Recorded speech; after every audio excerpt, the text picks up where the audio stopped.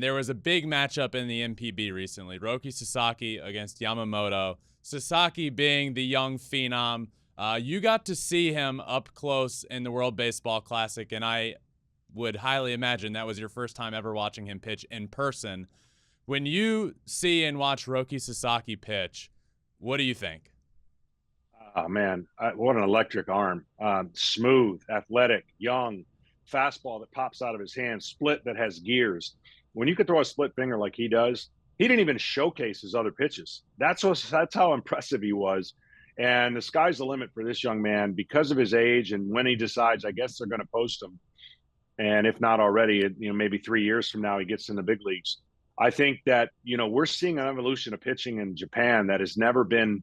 You might sprinkle in a guy here or there. Started with Nomo, and of course, you have had guys before him, but all of a sudden we're starting to see the arms in Japan match the arms in the United States, and that is something that is electric.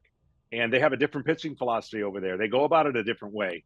Not so much the strong survive, but they throw and pitch a lot more often than we do here in the States. So they have a different philosophy that they've gotten used to, and their ability to pitch and throw the ball to where they want to is pretty unmatched. And look, they may not come out at 6'5", throwing 100, but this young man, along with Ohtani, are going to set the stage for the future arms that we're seeing in Japan.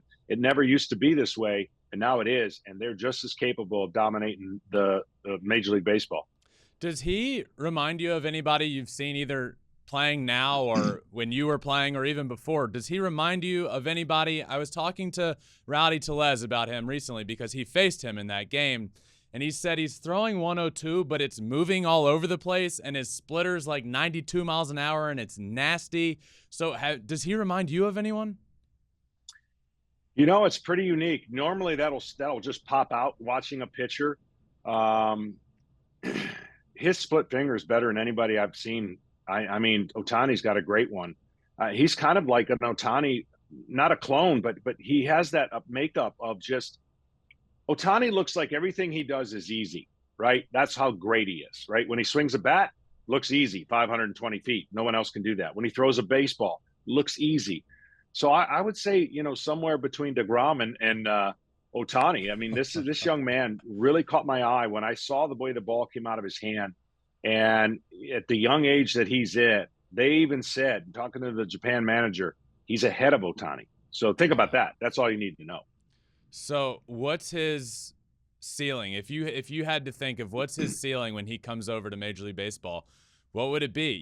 He's still a few years away from being able to be posted and coming over. So when he does come over, do you have a ceiling for him? I think from a pitching standpoint, it'd be the highest bidding we've ever seen. It won't. He is not a two-way player, so it's unfair to say Ohtani and what his post was. I don't know exactly how it all works with the posting, but I know that team's going to get a lot of money, and and I think he has the capability. When you look at what Major League Baseball, I don't know how the trends can continue. We've been saying this for a long time. The pitching salaries have gone to a place where I don't know if I don't know if it can go much higher for pure pitching, not Ohtani. That's going to be separate. But when you talk about pitching in today's game, and if they start valuing stuff with staying healthy, then the ceiling's off the roof. Yeah. But if we're still going to keep paying for stuff without the process of being healthy, then it's a good time to be a pitcher. Let's put it that way, because the ability to throw the kind of stuff that we've seen in the game is unmatched. I would argue we've never seen this kind of stuff on a broad range from the ability these pitchers have. But the one thing you've heard me echo over and over and over again is the injury rates are still through the roof. So there's a point of no return at some point.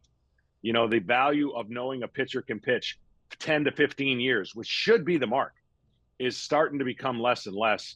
And I hope that trend changes. I hope we find a way to combine the great athleticism and the health that comes along with it.